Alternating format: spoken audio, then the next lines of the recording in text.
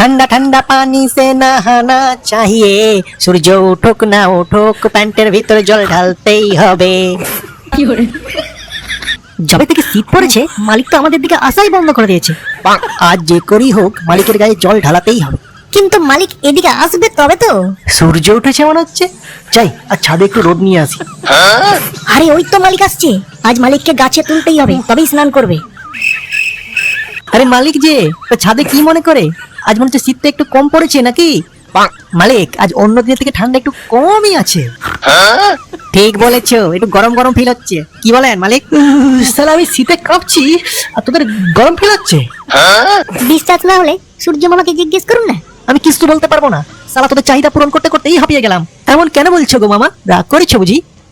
সালা গ্রীষ্মকালে বের হলে গালি খাই আর শীতকালে না বের হলে তোরা চাস কি? আমি এখনো সেটাই বুঝতে পারলাম না। মালিক অনেক দিন তো হলো, আজ স্নানটা করেই নিন।